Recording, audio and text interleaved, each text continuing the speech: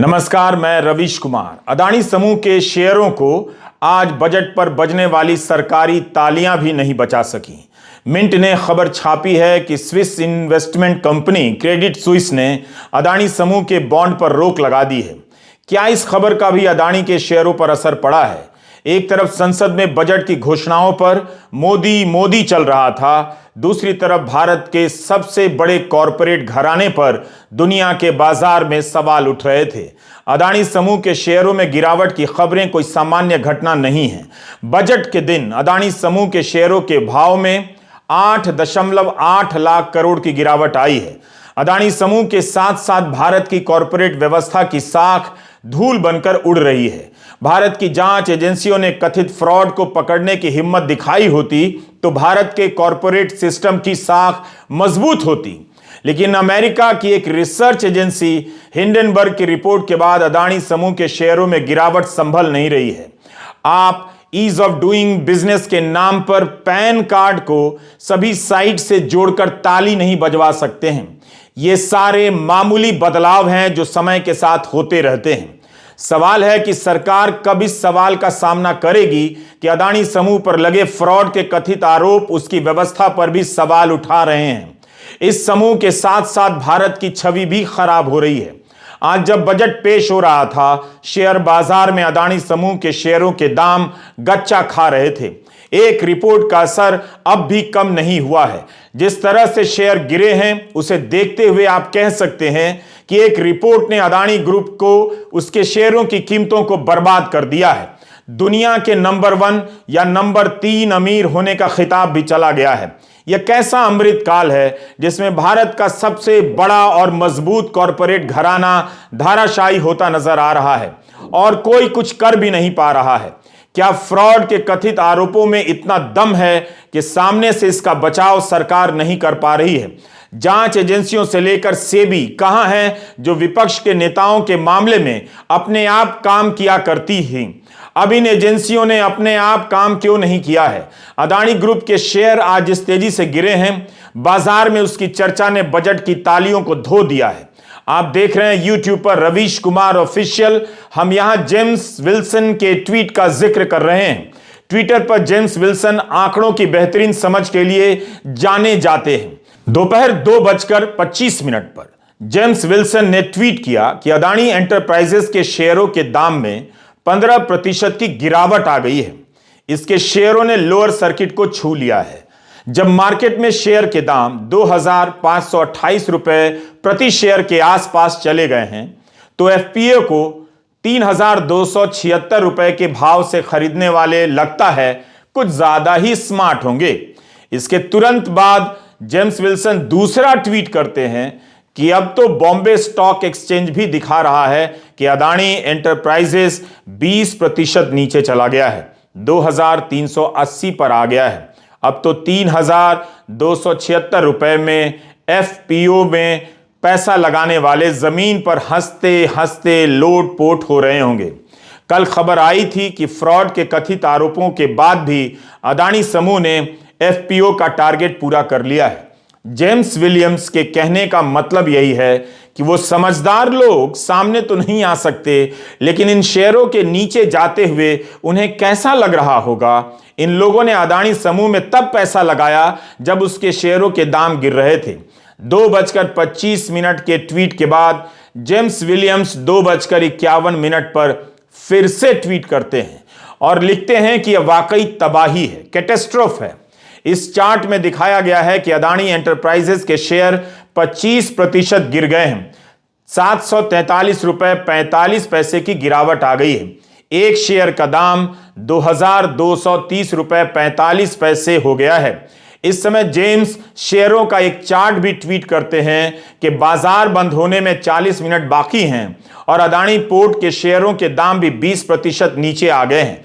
Adani port का एक share 490 रुपया टूटा है। दोपहर 3 बजे अदानी एंटरप्राइजेस का शेयर 30% नीचे चला जाता है। अंबुजा सीमेंट के शेयरों के दाम में 16.5% की गिरावट आती है। एसीसी सीमेंट के शेयरों में 10% की गिरावट आती है। ये कंपनियां भी अदानी की हैं। इस चार्ट में बाकी 3 कंपनियों के शेयर 4 से 9% तक गिरे हुए दिखाई दे रहे हैं। इस तरह शेयर बाजार से अदानी ग्रुप के शेयरों के गिरने की खबरें आती रहीं। लोग सांसें रोक कर देखते रहे कि यह हो क्या रहा है। एक दिन पहले अदानी ग्रुप के एफपीओ को सफल बताया गया और उसके अगले दिन भी हिंडनबर्ग के हमले से अदानी ग्रुप संभल नहीं सका। 31 जनवरी को यह तस्वीर जारी की गई। गौतम अदानी ने ट्वीट किया। इस तस्वीर में गौतम अदानी इजराइल के प्रधानमंत्री नेतन्याहू से हाथ मिला रहे हैं। भले ही वे यह बताना चाहते हो कि उनका बिजनेस सामान्य तरीके से चल रहा है, उन्हें एक नए बंदरगाह पर काम करने का ठेका मिल गया है, लेकिन सब कुछ ठीक हो जाएगा का दावा करने वाली यह तस्वीर अगले दिन यानी 1 फरवरी को किसी काम नहीं आई। बाजार की भाषा में कहा जाने लगा कि अदानी के शेयर ब्लीड कर रहे हैं, यानी खून बह रहा है। दरअसल अदानी के शेयर ब्लीड नहीं कर रहे हैं, बल्कि दुनिया के बाजार में भारत की छवि ब्लीड कर रही है। दुनिया हंस रही होगी कि हमारा सिस्टम कैसा है। क्या इसी तरह कोई कॉरपोरेट इतना बड़ा हो जाता है कि एक रिसर्च कंपनी रिपोर्ट जारी करती है और उसके शेयर बाजार में धूल चाटने लग जाते हैं। आज एक समय तो अदानी एंटरप्राइजेस 30% तक नीचे गया। बाजार के बंद होते होते 28.20% नीचे आ गया। अदानी पोर्ट 19.18% नीचे गिरा। अदानी टोटल गैस के शेयर 10% नीचे आए। 24 जनवरी को हिंडनबर्ग की रिपोर्ट आई थी। तब से अदानी समूह की कंपनियों के शेयर गिरते ही जा रहे हैं।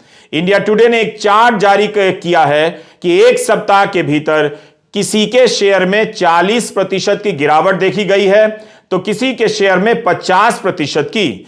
भारतीय जीवन बीमा निगम भले कह रहा हो कि उसकी कुल संपत्ति का 1% भी अदानी समूह में नहीं लगा है, लेकिन अदानी समूह के साथ साथ उसके शेयर भी गोते लगा रहे हैं। आज बाजार बंद होते होते एलआईसी के शेयरों के दाम में 8.40% की गिरावट दर्ज हुई और भारतीय स्टेट बैंक के शेयर भी 4.72% गिरे हैं। अदानी के शेयरों में हाहाकार मचा हुआ है। आज भी सेबी का सार्वजनिक बयान नहीं आया है। ऑफ रिकॉर्ड बातों का कितना भरोसा किया जा सकता है? हम इन मामलों के विशेष जानकार नहीं हैं, इसलिए बिजनेस चैनलों की रिपोर्टिंग का भी सहारा ले रहे हैं। सीएनबीसी ने रिपोर्ट किया है कि अदानी के शेयरों के कारण बैंकों के शेयर भी लुढ़कते जा रहे हैं। बैंक ऑफ बड़ौदा का शेयर 9.98% गिरा है। पंजाब नेशनल बैंक का शेयर 5.98% गिरा है। भारतीय स्टेट बैंक का शेयर 6.41% गिरा है। इनमें से कईयों के शेयर काफी गिरे हैं। इनका पैसा किसी न किसी रूप में अदानी समूह में लगा है। वहीं दूसरी तरफ प्राइवेट बैंकों में आईसीआईसीआई और एचडीएफसी के शेयरों के दाम ऊपर ही चढ़े हैं। एलआईसी के प्रबंध निदेशक राजकुमार ने मीडिया से कहा है कि 1-2 दिन में अदानी समूह से सवाल करेंगे। क्या सवाल हो गया है? क्या जवाब आ गया है? क्या यह सब पब्लिक को बताया जाएगा? एलआईसी के प्रबंध निदेशक का बयान छपा था कि अभी इतनी बुरी हालत नहीं है कि अदानी समूह से अपना निवेश निकाल लिया जाए। आखिर कब तक एलआईसी इस झटके को बर्दाश्त करेगी?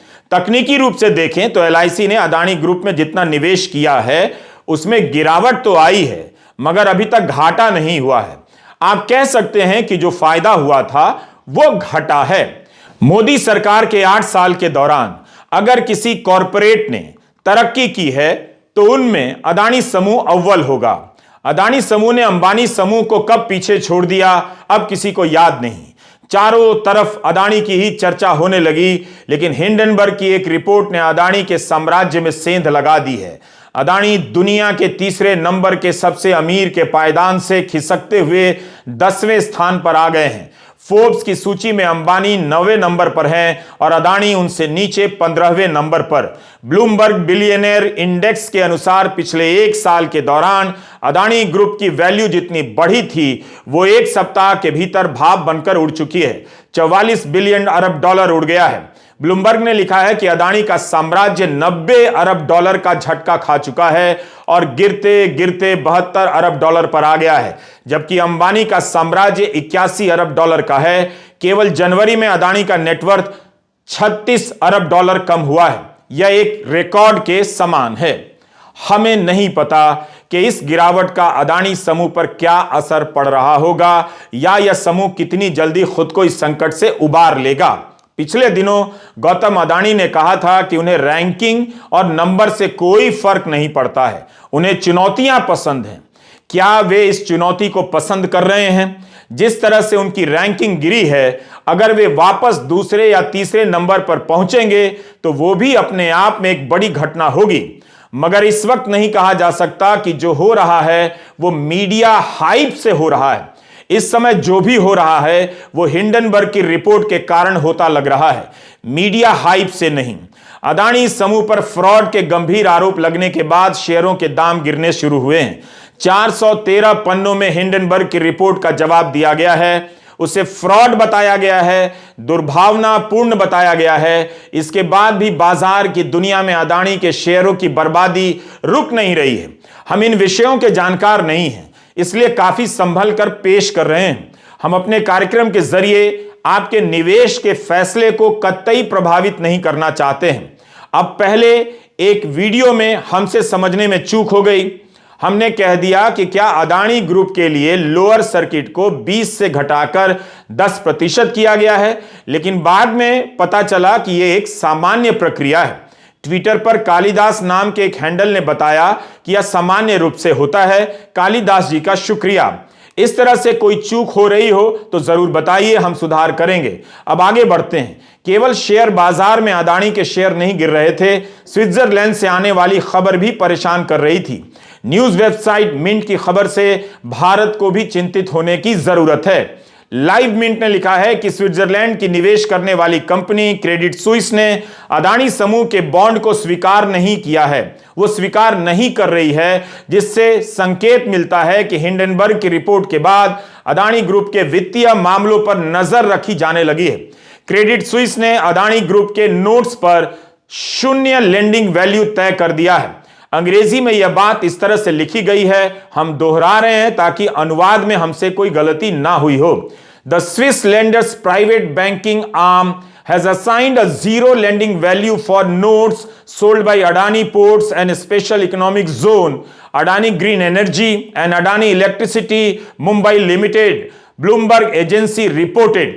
इस रिपोर्ट में यह भी लिखा है कि बाकी बैंक अडानी को लोन दे रहे हैं। यूरोप के 2 बैंकों ने अपने फैसले में कोई बदलाव नहीं किया है।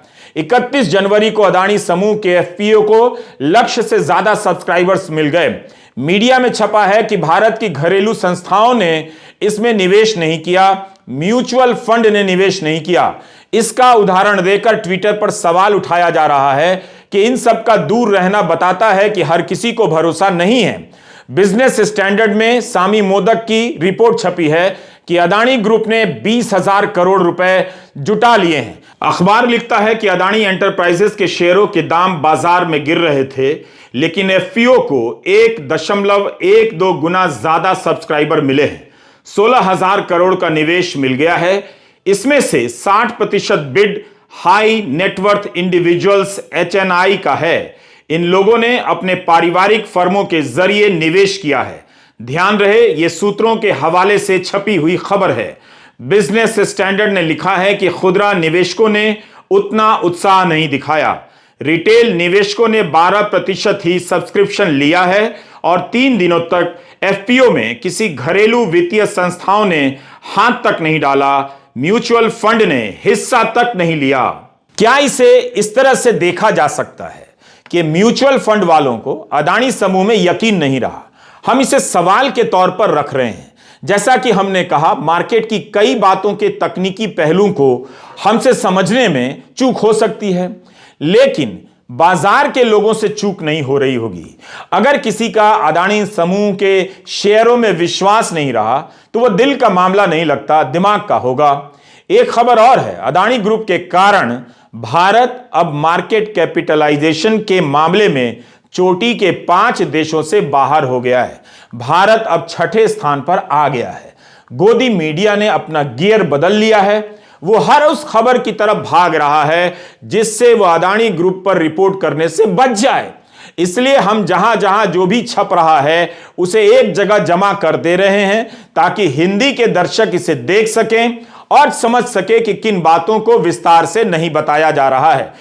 यह भी बिजनेस स्टैंडर्ड की खबर है, शौकत दास की। इसके अनुसार सेबी ने रेटिंग एजेंसियों के साथ अदानी फर्म को लेकर चर्चा की है। यह खबर भी सूत्रों के हवाले से छपी है। अभी तक सेबी ने सार्वजनिक रूप से कुछ नहीं कहा है। रेटिंग एजेंसी क्रिसिल ने सेबी के सामने अदानी समूह को लेकर प्रस्तुति दी है। कमाल है, ये रेटिंग एजेंसियां जब भारत की स्थिति खराब बताती हैं तो सभी 2 मिनट के भीतर इन्हें खारिज कर देते हैं। इनके फॉर्मूले को गलत सलत बताने लगते हैं। अब अदानी समूह के मामले में इन्हीं से कहा जा रहा है कि प्रस्तुतिकरण कर बताइए कि क्या मामला है। खैर, ये सब सूत्रों के हवाले से छपी हुई खबरें हैं। ऐसे समय में सारी बातें ऑन रिकॉर्ड होनी चाहिए। बाजार के जानकार आज 2 जगह पर सक्रिय दिखे। उनकी नजर बाजार पर थी, शेयर मार्केट पर, और उंगलियां व्हाट्सएप में। सब स्क्रीनशॉट लेकर भेजने में लगे थे कि देखो देखो अदानी के शेयरों का क्या हाल हो गया है। मार्केट के लोगों का ध्यान बजट में कम, अदानी के शेयरों पर ज्यादा लगा हुआ था। फ्रॉड के आरोपों के बाद यह हाल हो जाए अच्छा नहीं है। अब कोई जांच एजेंसी जांच नहीं कर रही है। अगर यह भारत पर हमला है तो लगता नहीं कि हमले का जवाब दिया जा रहा है। अदानी ग्रुप इस हमले का फिलहाल सामना नहीं कर पा रहा है। आगे जब कर पाएगा तब देखेंगे और बताएंगे। लेकिन आज का हाल बुरा रहा। नमस्कार, मैं रवीश कुमार।